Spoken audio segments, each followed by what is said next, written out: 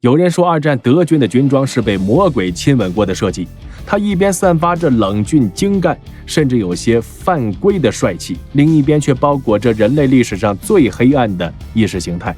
这就好比一杯精心调制的毒酒，外观璀璨，但你知道绝不能下咽。今天我们就来聊聊这帅气背后的门道。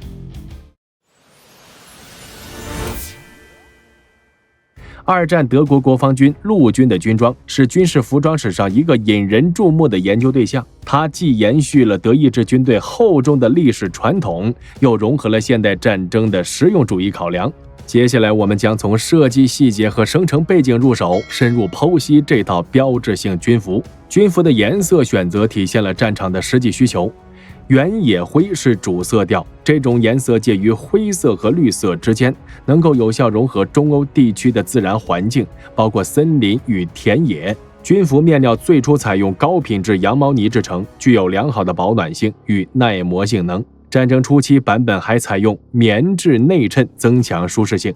军服的上衣采用4口袋设计，2个位于胸部，2个位于下摆，所有口袋均配备纽扣扣盖，确保物品安全。衣领设计为立领造型，能够贴合颈部，领章上绣有兵种色与部队编号信息，肩章则用来标识军衔与所属单位。军裤的设计同样讲究，直筒剪裁便于活动，裤脚处设有调节带，可配合不同款式的军靴。早期的军裤在膝部与臀部采用加厚处理，提升耐用性。钢盔是单兵装备中最具辨识度的部分。M35型钢盔采用先进的冲压工艺制造，重量较前代产品减轻约 15%， 防护面积却有所增加。盔缘经过特殊卷边处理，既美观又增强结构强度。内部悬挂系统由皮革与金属框架构成，提供良好的缓冲效果与佩戴稳定性。军帽的演变也值得关注，除了标准的钢盔外，军官常配发大檐帽，士兵则配备船形帽。1943年后推出的 M43野战帽采用更简洁的设计，节省材料且易于生产。国防军军服的设计理念深深根植于普鲁士的军事传统之中。19世纪以来，德军军服演变为二战版本提供了大量参考依据，其中最重要的传承是对军人仪容的重视与等级制度的视觉化。魏玛共和国时期的新军在服装设计上已经展现出现代化与实用化趋势，但受限于凡尔赛条约，发展较为缓慢。1933年纳粹执政后，大规模重整军备，为军服改革提供契机。1934年正式颁布新一代军服规范，在传统与创新间寻找平衡点。设计团队由经验丰富的军需官与裁缝师组成，他们参考了一战时期的实战经验与用户反馈，对新军服进行多项改进，例如将上衣长度缩短，方便士兵在车辆内操作；将裤子口袋位置调整，更适合匍匐姿势。鹰灰的引入体现了新时代的政治符号，但整体设计仍保持传统军队的严谨风格。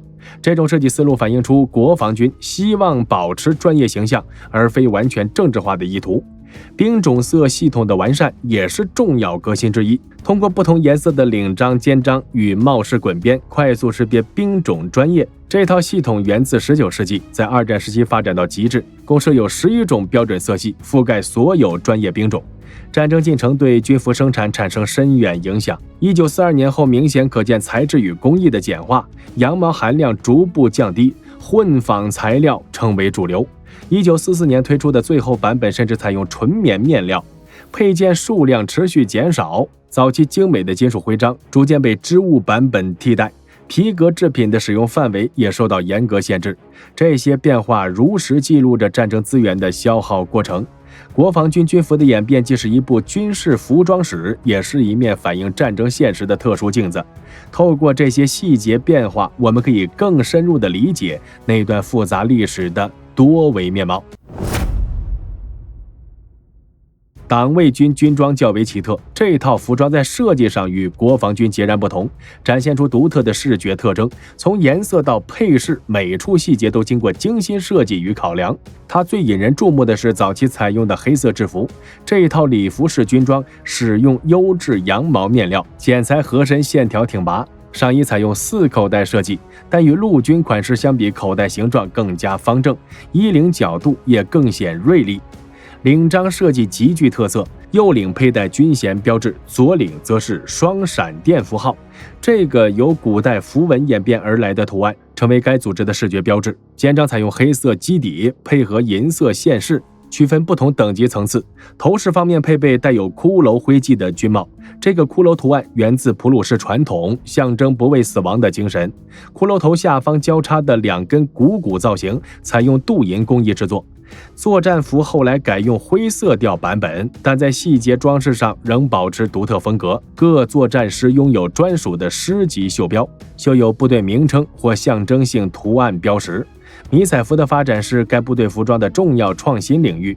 从1943年开始，陆续推出多种迷彩图案款式，包括著名的象纹叶、棕榈纹等设计。这些迷彩服采用双面印刷技术，不同季节可更换，对应面穿着使用。该部队最初成立时规模较小，职能有限，服装设计着重突出与国防军的区别。黑色被选为主色调，因为这种颜色在传统上代表精英，也显得更加威严。服装设计师借鉴了德国历史上的军服造型元素，同时融入现代审美理念要求。双闪电符号的采用参考了古代文字中的特殊字符，赋予其现代诠释。随着部队规模扩大，作战任务增加，军服设计开始注重实战需求与功能。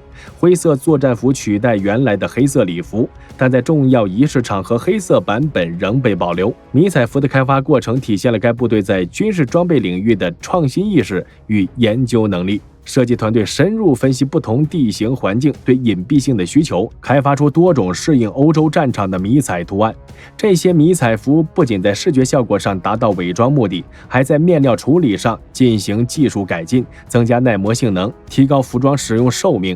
军装上的各种标识不仅用于区分单位，更成为凝聚成员认同感的重要媒介。每个师的袖标设计都蕴含特定含义，反映部队历史或作战特点的记录。迷彩服的设计应用在当时属于军事领域的前沿探索。不同图案针对特定季节与地形，比如春季则侧重绿色调的组合，秋季版则增加棕色比例配置。服装配件的设计也体现实用考量。作战服的口袋布局经过多次改进，增加携带装备的便利性与合理性。勋章佩戴方式形成独特体系，既展现个人战绩，又保持整体协调。这套军装体系从最初的概念设计到后期的实战改进，展现出完整的发展脉络与演变过程，成为军事服装史上一个值得研究的典型案例。通过对其细节的剖析，我们可以更深入理解特殊部队在形象构建与实用功能之间的平衡与取舍之道。在北非战场上，德国非洲军团的军装展现出完全不同的面貌。这套专门为沙漠作战设计的服装体系是环境改变装备的最佳例证之一。热带军服的主色调采用沙黄色或橄榄褐色，这种颜色选择经过实地测试与验证，能够很好地融入北非的沙漠与半沙漠环境，与欧洲战场的灰色调形成鲜明对比。军服面料放弃羊毛，改用轻质棉布材质，这种布料透气性好，重量更轻，适合高温环境下长时间穿着。上衣设计呈立领款式，但通常允许解开领扣，增加散热效果。衣领内侧有时加装浅色棉布衬里，减少汗水对呢料侵蚀。上衣保留4个口袋，但口袋盖改为简单的纽扣固定，降低制作工艺复杂度。所有金属配件如纽扣都采用不反光处理，避免在阳光下暴露位置。军裤设计颇具特色，主要分为长裤与短裤。短裤版本长度及膝，方便士兵在炎热中活动；长裤版本裤腿宽松，裤脚有调节带，可配合高筒靴使用，防止沙粒灌入。最有特色的头饰是 M40 型热带头盔，外形类似英国款式，采用软木骨架，外包棉布材质，重量轻且隔热良好，内部有透气孔设计。盔顶设有通气孔，促进空气流通散热。非洲军团组建之初就面临严峻环境挑战，北非地区昼夜温差大，白天气温可达40度，夜间又会骤降到10度，强风携带细沙对装备磨损严重。传统欧版军服在沙漠中显得过于厚重且颜色突兀，急需开发专用装备。德国军需部门参考了英国军队在沙漠地区的经验，同时结合本国服装制作工艺。1941年初开始，热带军服快速投产，并随部队运抵北非。最初版本存在一些设计缺陷，比如口袋位置不当，影响战术动作。经过前线反馈，后续版本不断改进。军靴也经过特别设计，传统皮革靴太重且不透气，容易开裂。热带版本使用帆布与皮革混合，重量减轻1/3。靴底采用特殊纹路，增强在沙地行走的抓地力与稳定性。沙漠环境的严酷催生了独特的装备使用文化，士兵们被允许根据实际情况灵活调整着装。最常见的现象是官兵普遍不按规定佩戴领章与肩章，因为这些深色配件在沙漠中过于显眼，许多士兵自行制作沙色布料版本替代。另一个有趣现象是防风护目镜的普及，在北非沙漠风暴中，护目镜成为必备品。德军最初配发的款式模仿飞行员设计，但体积较大，影响瞄准。后期改进出更紧凑的步兵专用版本，水壶容量增大至1升，外附棉布隔热套，加水浸湿后能通过蒸发降低水温。这种简单物理原理在酷热中很实用。士兵们还发明了多种个人装备改良，比如用降落伞绸制作沙漠围巾，既防尘又防晒，在车辆抛锚时还能作为信号布使用。非洲军团的装备演变展示了军事装备如何因环境需求而产生重大变革，从颜色到材质，从设计到使用，每个环节都体现着功能至上的原则。这一套军装不仅解决沙漠作战的实际问题，更成为军事装备史上环境适应性的重要案例，为后来的热带军服设计提供了宝贵经验参考。二战德国空军伞兵部队，他们的军装堪称当时最专业的空降装备，每处设计都为了解决空降作战的特殊挑战。最具标志性的装备是独特的跳伞盔，这款头盔不同于陆军标准型号，它没有宽大帽檐，避免在跳伞时勾住伞绳或装备。外壳采用树脂加固纤维，内部配备厚实衬垫，有效缓冲着陆冲击。下巴带特别加宽，确保剧烈运动中头盔不会轻易脱落。跳伞服的设计更加特别，官兵们亲切称呼它为 Ketcheskeg， 意思是骨头带。这套服装非常宽松，便于在空中调整姿势，同时容纳各种装备。面料采用防风布料，内层有棉质衬里，既保暖又透气。上衣正面设有4个超大口袋，2个在胸部位置，2个位于下摆处，每个口袋都有双重保险设计，纽扣加暗扣，确保装备不会遗失。背部额外增加一个隐藏口袋，存放紧急用品。裤装设计同样精心，膝盖部位加装可拆卸护膝垫，肘部也有相同设计。这些护垫用厚皮革，内部填充羊毛，有效减少着陆时对关节的冲击力。裤腿侧面开叉，方便快速穿脱，同时也能迅速接触内部伤处。德国伞兵部队创建源于新兴的空降理论。1930年代初期，各国开始探索空降作战可能性。德国敏锐意识到这种战术的价值。最初，伞兵使用标准空军军服，但很快发现问题，在实战训练中，传统军服无法满足空降特殊要求，比如在开伞瞬间，服装承受巨大拉力，普通纽扣容易崩开。1936年正式开始研发专用跳伞服，设计师收集了大量试跳数据，包括空中姿态对服装的影响、着陆时的冲击力、分布情况分析。经过3年测试改进，1939年定型的首代跳伞服装备部队。